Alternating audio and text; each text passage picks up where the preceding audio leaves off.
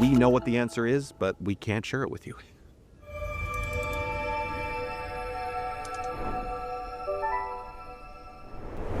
Is Vault of Knowledge more of a transcendental experience rather than a physical place? I think more than any other place in Sky, the Vault of Knowledge kind of rides this boundary between the dream and reality. That doesn't mean that Vault of Knowledge isn't also a physical place. I think it is also a physical place that you have to travel through in order to get from point A to point B. It's just steeped in such expansive, transcendental, experiential, magical quality that it's bigger on the inside.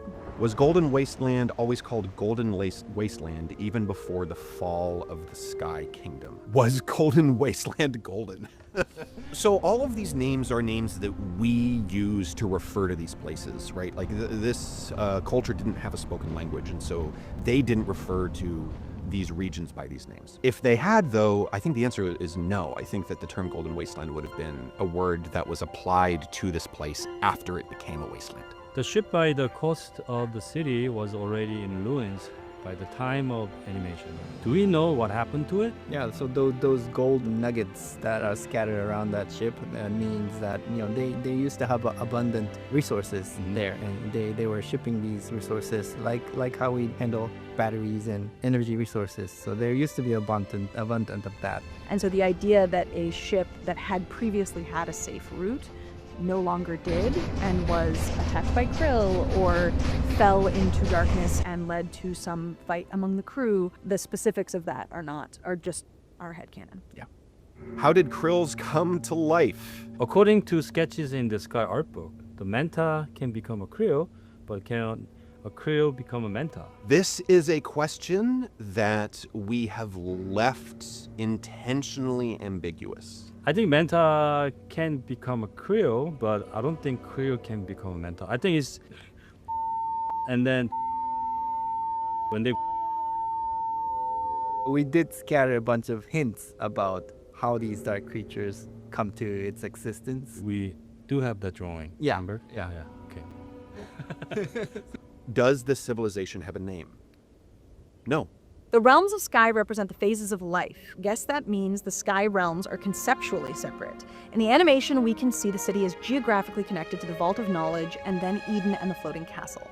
How do these two ideas coexist? The game is much more a poetic exploration of this history, and the series is a little bit more grounded and literal and linear. And when you move through the realms of Sky in the game, you're also kind of moving through the time periods in which you're observing them. So you get to see some spaces a little earlier than you do in the game, and some spaces a little later than you do in the game, because you see them actually change in real time. I also want to just read the second part, which is how are the other realms doing in part 1, the Dusk Enders timeline? Badly. Not great. Why is Eye of Eden called by that name? Who is Eden? Eden is not a person, Eden is a place. The place where all of the light that has gathered in the light streams that is collected into this focal point fires up into the sky and returns to orbit.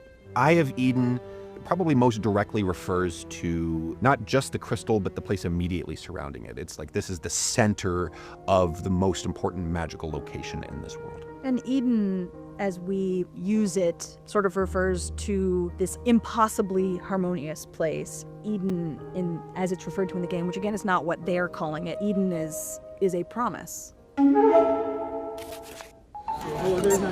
哇，太牛了，手工达人。Hello, my name is Yingxian. I'm a content producer at TGC. Right now, I mainly work on seasons, so I help oversee season projects and make sure they're delivered on time and with good quality. It's a lot of communications every day. I need to coordinate and facilitate everything happening in the season project. So I talk to a lot of people like designers, artists, engineers, and other producers. I think producers are like the hub of information. I think the part I enjoy most is just really to help those creative minds to do their creative work happily and smoothly. 我一听到这个活动，我就觉得一定得放32.0。I also work with our publishing partner in China, NetEase, really closely. They run their own version of Sky in China. I really learned a lot from them. They understand the Chinese audience really well. They did a great job at publishing and promoting Sky in China.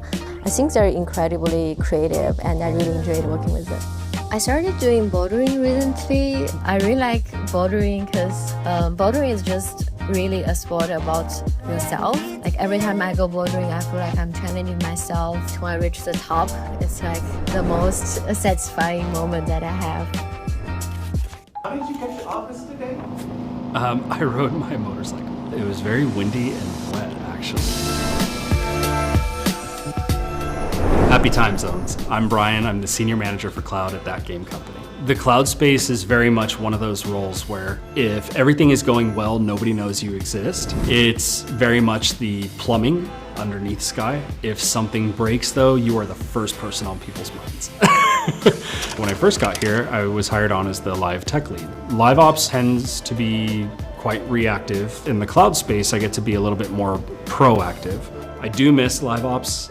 It was very much an adrenaline rush. Oh no, there's a big problem for players. Let's go deal with it. The first thing is how the player feels.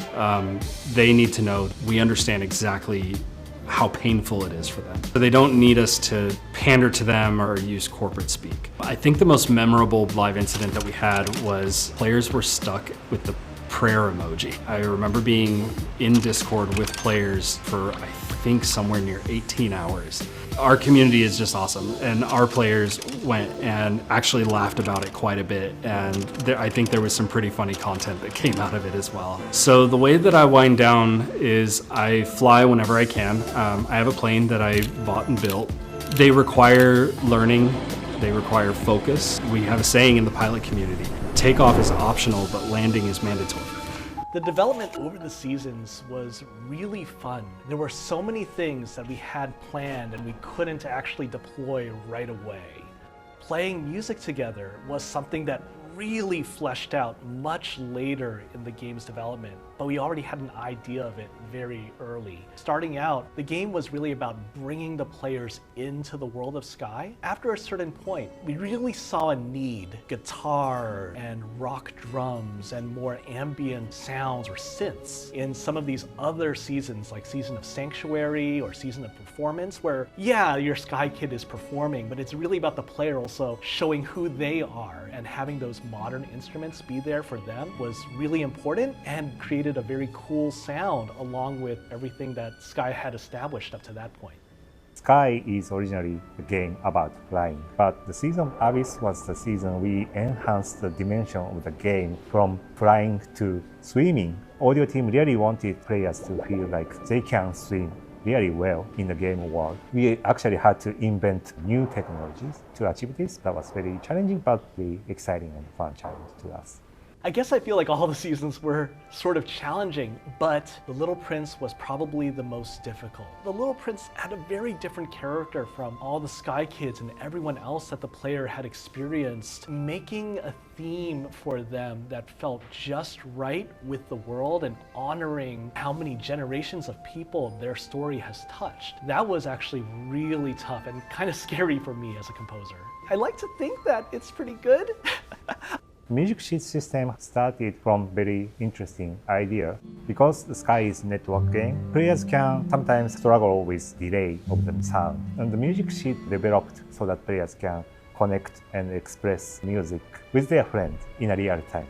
When we launched the game Sky, we were kind of believing that the music sheet system was finalized. But seeing the feedback or reaction from the community actually has enhanced, expanded how to use the music system. Now, players can use the instrument and music sheets to connect with other players, build friendship between spirits, or express their creativity beyond time or space.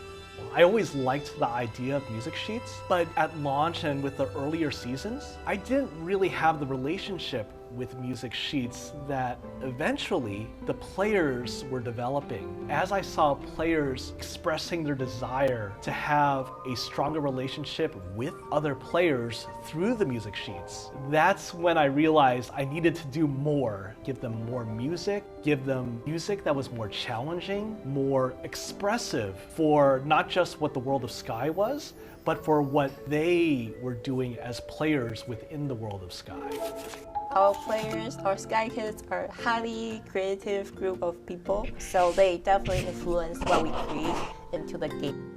For instance, in Days of Sunlight, we built a set of sand castles, and I went to the level and I saw different kinds of creations. Players really provide their brain juice, and us, we provide them with props for each event. We want to keep the content fresh and exciting for players, even though it's the same topic. For instance, Days of Feast prior years was themed around the Christmas vibe, but in 2024, we had the story of Alice incorporated into the event, so we can have players falling down the rabbit hole, the book maze, so that's how the creation process changed. We try to switch up the themes while keeping the same overarching themes. So for example, with Days of Bloom, we're able to choose a different type of flora to add to the world of Sky every year. We started with the cherry blossoms in Home, and now we're all the way here with sunflowers in Sunlight Prairie. For Sky Anniversary, we try to have fourth wall breaking stuff for one of the year. We have the t-shirt, we flooded Avery as a giant swimming pool. We had a giant sky tower that people can climb on it. Both were pretty fun and meta for Sky. Yeah, it is kind of special to break the fourth wall and be able to actually party with the Sky devs in the world of Sky too. And it's just a big celebration together to celebrate the world that we've created. My favorite event, I do have a soft spot for Days of Bloom because it is the first event that I got to work on. It used to be just me working on events as the concept artist and the modeler and implementing those cosmetics in the game. But now the team has grown so much where we have Joey now, we have concept artists dedicated, we have environment artists. So being able to see how far the event has come since I started working on it, it's like this is where I started and this is all that progression. I actually had the same sentiment as you have. Days of Feast was the first event that I worked on. It was really joyful to see what I designed put into the game. And we actually brought back one of the designs from that year. In the past year of Days of Feast, concepts could be brought back again. If the topic and content is right, for instance, Nat had a really great idea of the sunflower umbrella, but theme is not like the sunflower in that year. But this year we brought it back. It was so cute and players love it. So they will have its glory one day. We just cry at the corner and save it for future. As for an event that I would like to see, I think it'd be really fun to do a bake-off. Oh no, it's the same answer. Oh no! Days of cooking. Imagine take your friends and you go cut off the mushrooms on the trees and you make mushroom soups, cut off the flowers, turn them into pastries or stuff. Yeah. You can make the best light pastry. Yes.